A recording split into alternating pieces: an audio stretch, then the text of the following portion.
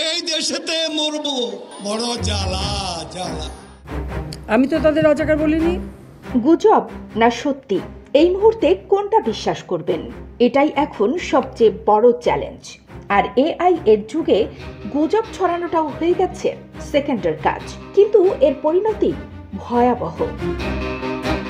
ধরুন, হঠাৎ দেখলেন সাবেক প্রধানমন্ত্রী শেখ হাসিনা এখন দিল্লির এইমস এ চিকিৎসা নিচ্ছেন।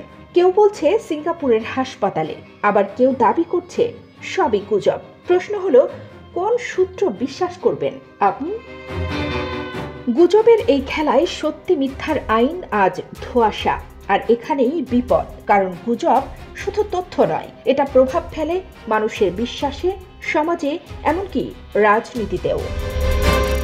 গত 5ই আগস্টের পর থেকেই শেখ হাসিনার অবস্থান নিয়ে নানা ধরনের গল্প শোনা যায়। কেউ বলছে দিল্লি, কেউ বলছে সিঙ্গাপুর, কিন্তু কোনো স্বাধীন সূত্র এই খবর নিশ্চিত করতে পারেনি। তাহলে প্রশ্ন, এই সূত্রগুলো আসলে কারা? 78 বছর বয়সী এই নেত্রী এখন একাধিক মামলার মুখোমুখি। তার স্বাস্থ্য অবস্থান সবই এখন রহস্যে ঘেরা।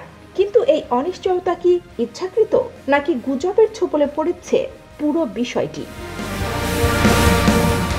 আওয়ামী লীগের আরেক প্রভাবশালী নেতা ওবায়দুল কাদের, তাকেও দেখা যাচ্ছে কলকাতার অ্যাপোলো হাসপাতালে। হার্টের সমস্যা, শ্বাসকষ্ট। কিন্তু এখানেও প্রশ্ন, তিনি কি শুধু চিকিৎসার জন্যই ভারতে, নাকি রাজনৈতিক আশ্রয় নিয়েছেন তারা?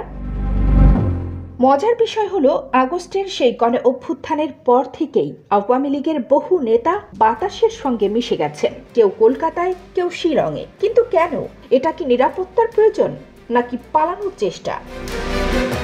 এখন তো এআই এর জামানায় গুজব ছড়ানো আগের চেয়ে অনেক সহজ। একটা ডিপ ফেক ভিডিও, একটা ভাইরাল হোয়াটসঅ্যাপ মেসেজ, ব্যাস লাখো মানুষ বিভ্রান্ত। কিন্তু এর দায় কার? কিভাবে এগুলো মোকাবেলা করা যায় কেউ জানে না।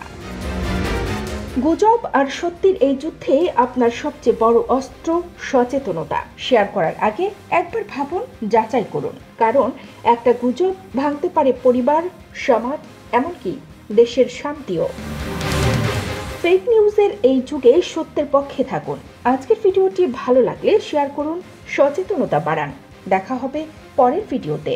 ভালো থাকবেন। কানিস্থাতে মানিপা, খবর সংযোগ।